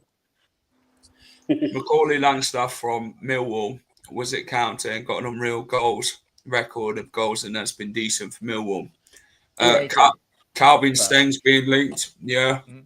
Osmaic from Preston. Thanks to Rob Tanner up there. Is that the racist? Is that the racist Osmaic? It's a bit of a liability. Supposedly. supposedly. Fighter. Sorry, allegedly racist. Sorry, I should say allegedly. Allegedly. Yeah. You're spot on, Dan. You're spot on, Dan, by the way. That's the route we need to go down. Signing players like that. 20 years old, 10 million, low risk. And in the future, when we do eventually sell him, you're going to make a big profit on him. That's the route we need to go down. Yeah, 100%. Spot on. I've got a name for you, Jack. What? I've got a name for you. Go on, what you got? Now you're gonna have to excuse me because I can't pronounce his name, but that fucking kind of Khannouss striker, whatever his name is. He's not coming to us now. He ain't coming here. He won't come here. I don't see him. I call him Longus, I do. Yeah. We need a midfielder with a bit of bite, I think. A bit more someone who can get around a bit and really tackle hard. I'm not saying Roy Keane-esque midfielder, but I mean, but we need an Ndidi type when he first came. Would you take Wyo Taiwo a 1 year on loan? Who's that? Who's he for? Good job. Well, he was good for Forest in the Championship, but 1 year. Yeah. It won't be. He's a Forest player. He's the winger. It's a Forest player. Piss off. What's Yakuba up to? Still fascinating over that. He will score. Feed the yak and he will score. I'll tell you what, Eating burgers, probably. I'd rather take Yakuba over Ayu and Daka at this rate. I'm sorry. What a player he was when we had him on loan. I was gutted when we didn't sign him. Different gravy in the Championship. He was. Far too good for that league. Yeah, but and so he should. Remember that goal against Derby? Yeah. He kneed it up. Bang, top corner. Yeah. I was there. Oh my days. Good shout. Celebration. Do you know what we sort of need? We need someone who's a proven goal scorer. Because if we keep with the two that we've got, I don't think we're going to get many. We need to obviously we need to share it out amongst the team, the goal wise, because everyone needs to score and be involved. Which we will. But if we get a centre forward that stays in and around the box, stays between the 18-yard box, Adebayo.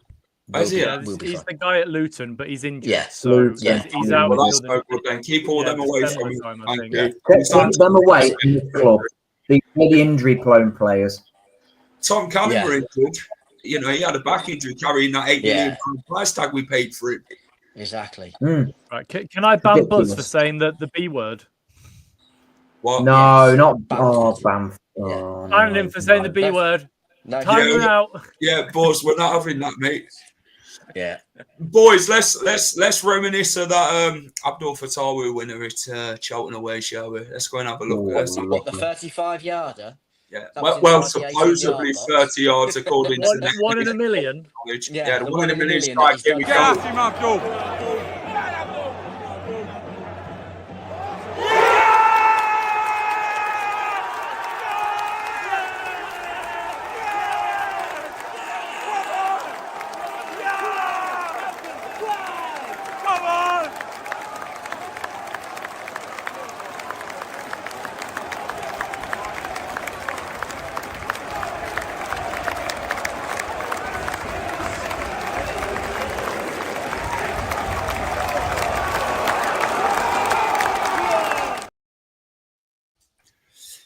That were finishing off, and Nathan Jones just said 1 in a million, even though he's done it many a time. So, I'll tell you what, about that one, Jack. Actually, the right at the end there, you saw a Coley. Yes.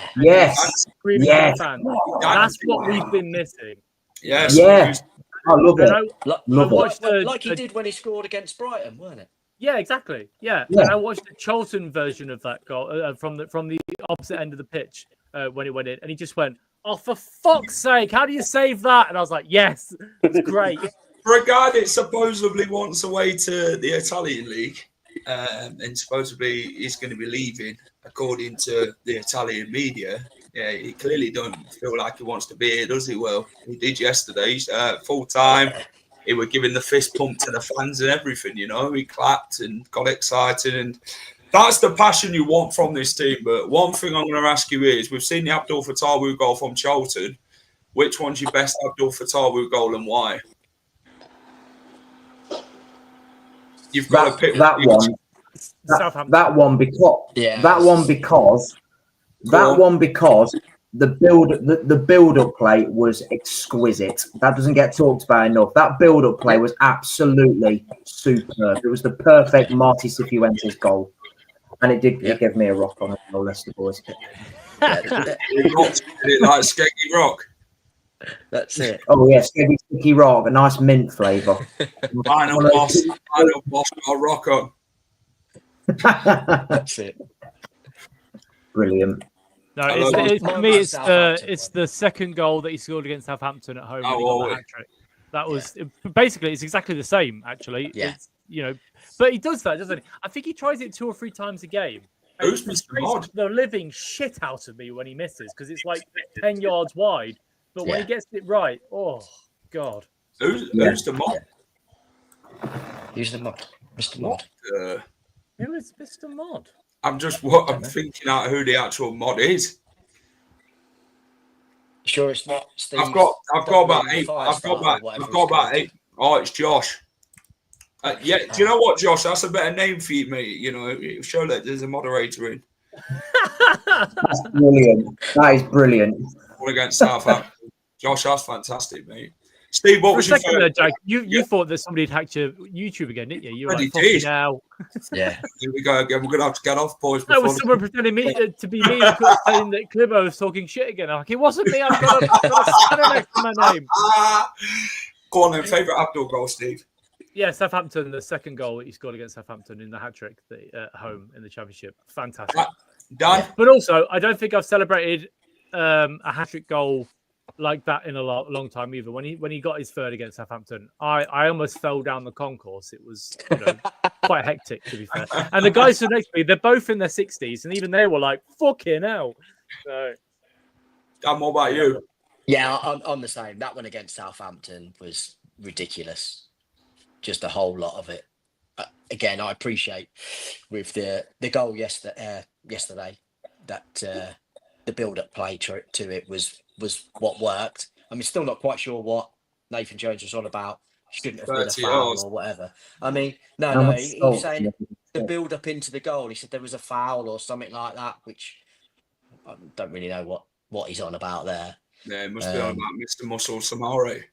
Yeah, quite possibly. But no, it was bopped round and they were running round in circles at that point. Callum? Yeah. Favourite Fatawu goal? For me, it's the Southampton one. Yeah. But a close contender for me is the one at Bournemouth. Oh, we're 9 likes off 100, boys. 91 come likes. on, guys. It's going to be the last 9 to do it. I mean, if we can even get past 100, fantastic. Yeah. Yeah, close contender for me, Jack, is the one at Bournemouth in the cup. Yeah. So. Reese? The one yesterday, because I think just the whole build up to the play, like the playing out from the back, bang, bang, bang, get it out to the wing, and I think the finish, no keeper in the world would have said that. It was right in the top corner, and the close second, I agree, Callum, was the Bournemouth one. That was a fantastic finish.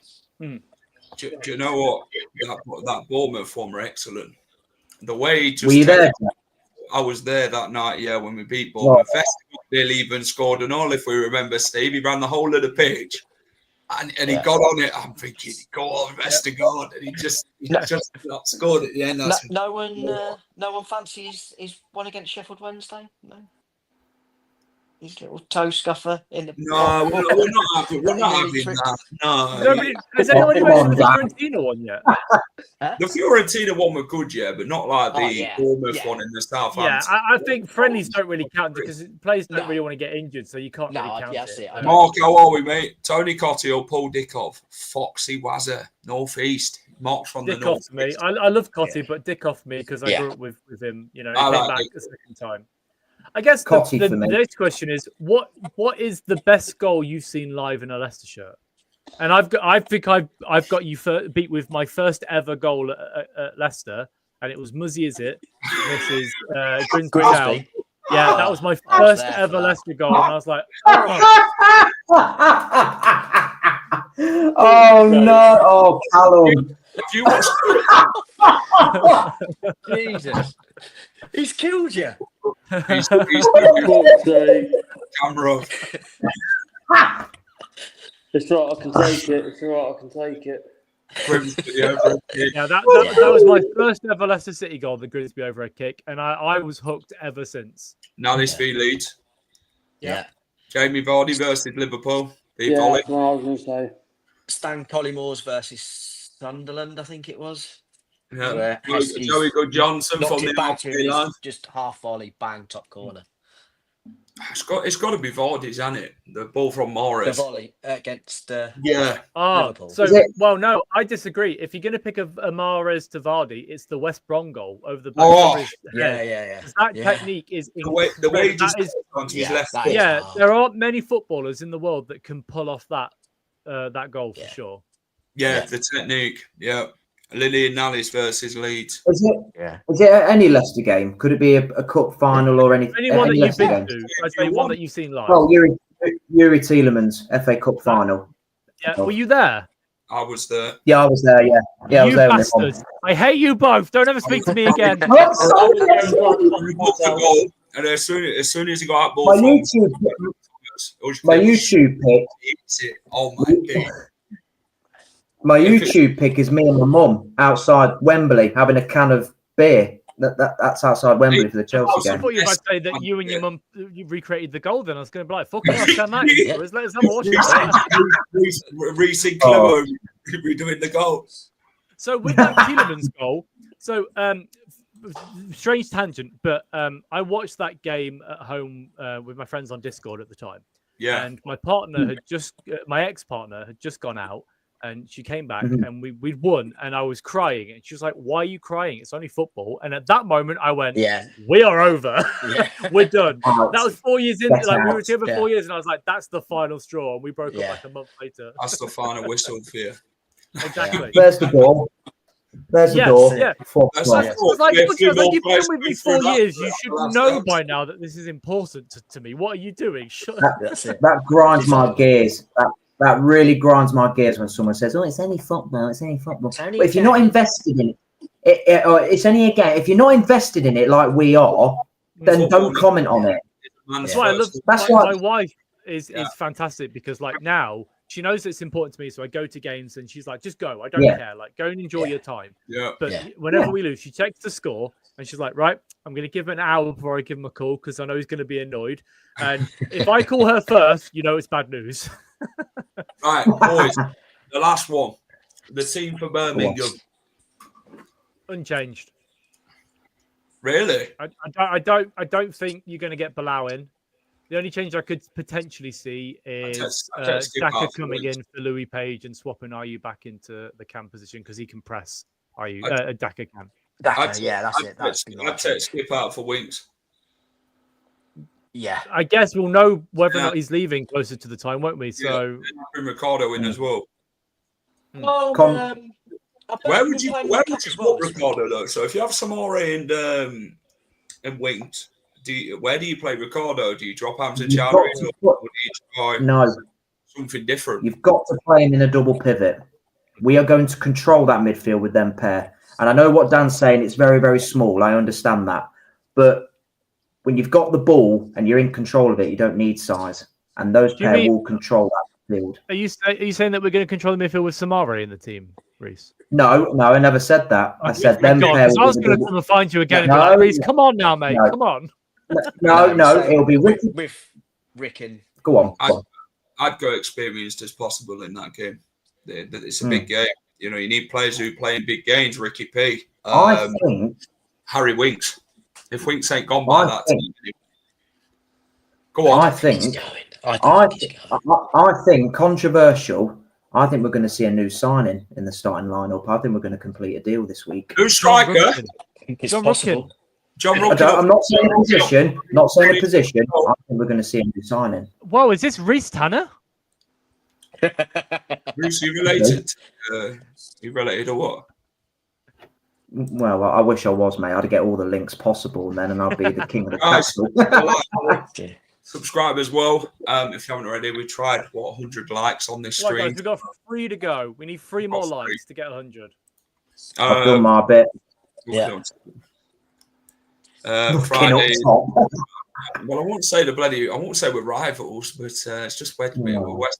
What? Birmingham? They're not rivals at all. Shall do it right back. Winks and Ricardo midfield. Yeah. Birmingham is the worst place in the world to drive 99 around. I'll now. give you that. One to go. They'll be well up for it. And Come on, lads, one more Who's like. gonna be the one? Them on Friday. It's going in there. It's not like it. Come on. If you like it, let us know in the chat. Oh, hey, Cherries. That's my friend Cherries. I would say that Friday night the fans need to be the 12th man. That's exactly what I'd say on Friday night. Yeah. Back the team, get behind them, and let's push on and get the points. We can't leave empty-handed. We cannot leave empty-handed on Friday night. No, we need a win. We need to win. Yeah. I'd be happy with a draw, to be honest. 7 points from your first 4 games isn't a bad result. No. Not at home. With a new manager and the team that we've had. It puts that Not pressure at home, game too, outside, though, doesn't it? If you beat Birmingham, Yeah. you know what I mean? It does. It does look a lot more better. 100 likes here. Appreciate it. Round of applause. Let's go, Thank guys. you, everybody. Is that the first time we've hit 100 likes, Jack? Yeah, no. Normally, what do we normally go for, Steve? Thanks. Mate? Normally about Usually 60. about 60. Yeah. Yeah, no. 50, 60. Well done, guys. Well done. If we win. Appreciate you coming in, Keith. I thought that was Kate Middleton then. I was like, fucking hell, we are royal. Yeah. No, it's just Madison. What? Would love to beat the Brummies. We need to put them in their place. We need to put them in their place. They're not as big. You're not as big as what you think you are. You're still growing. So get back in your little shitty box. We're going to smash you. Let's put them in their place. Let's get you in a boxing ring quickly then. We'll see how hard you are against one of them. I'll get me Tyson Fury signed boxing glove out. That's all right. Yes, go on, Reece. That's it. Right. Boys, transfer window then. I'm going to ask you a simple question for this week. How many signings? Steve's going 2. 2. As in, what, before the transfer window ends or like total? What do you want to do? Do you want to go before the transfer window ends or do you want to do it like before the Birmingham game? I don't think. Well, I think we maybe before Birmingham. But I think if you go, we've still got loads of time to talk about the. Yeah. So if you want to come into the next one, mate, feel free. Go on, Steve. Yeah, I would say do it. How many do you think you're going to get in before the Birmingham game? Because we've got loads of time to talk about. Yeah. I'm going to say 2. I'm going to say a striker in a centre attacking mid. Yeah. That's what I'm going before for. Birmingham. Before Birmingham, I think I'd like to hope we'll get 1 in. We'll get By the 1. end of the window, I'd like us to have 4 in. I'd like to think we've got a lot of players lined up to come through the door. I think by the end of the window, we'll get 5. We'll have a big deadline day, I think. I don't think it'll be as quiet as other clubs. I really do. I really think they're going to push for at least 4 or 5 signings. I really think they're going to push for it. Normally, I'd find Leicester quite quiet on deadline day, but this time I can't see it. This time it's going to be I think we're going to see 6 players out. We will get a few players out on loan, and there'll be 6 players before the end of the window leaving the club, and then we'll bring sort of 4 or 5 in. Yeah. I think, another 2 will go. I'm still not sure, not sure who the 2 will be. Maybe 2 more will go. Maybe Faes and Bilal.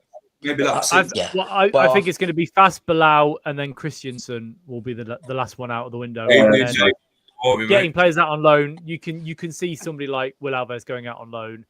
Yeah, possibly, and I don't like saying it. You could possibly look at Ben Nelson maybe going out for a short term loan. I don't want it to happen, but it might be. It might be good.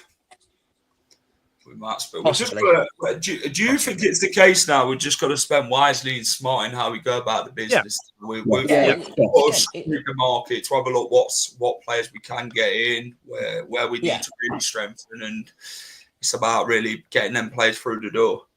Yeah, it is. Like as you say, Jack, it's getting in what we essentially need and on the right contracts. If like not retail, I'm good, Jack. 2 in, 3 out. Or if we do loan them in, we don't pay a stupid percentage of their wages or a stupid loan fee. Reece has a love for Josh Brownhill, so Watch out for that one. Oh Yeah. my God! Yeah. No.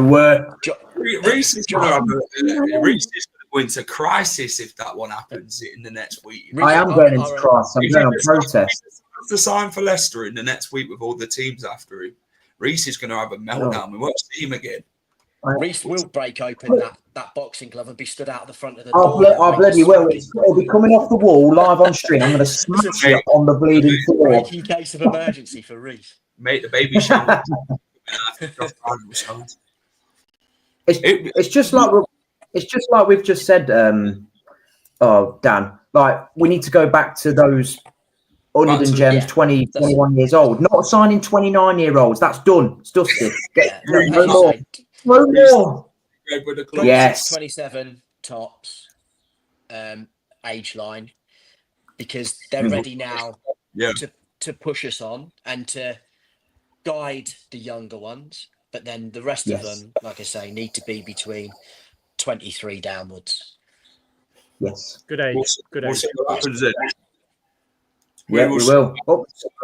Right. Go and check out the match day vlog. There it is. Abdul's on the front cover, so go and check that out. And yeah, that is it, boys. The hour and 50-minute chat. We've hit 100 likes. We've done more than that, Jack. We've hit 106 likes, which is a record. Wow. Right. Well Go on, done, Jack. people. Thanks to everyone for coming in. Well done. Thank you to the panel. Thank you to Steve, as always. Thank you to Dan. Thank you to Newbie Callum, even though it looks like he's froze. Thank you to Orp, and thank you to the final boss.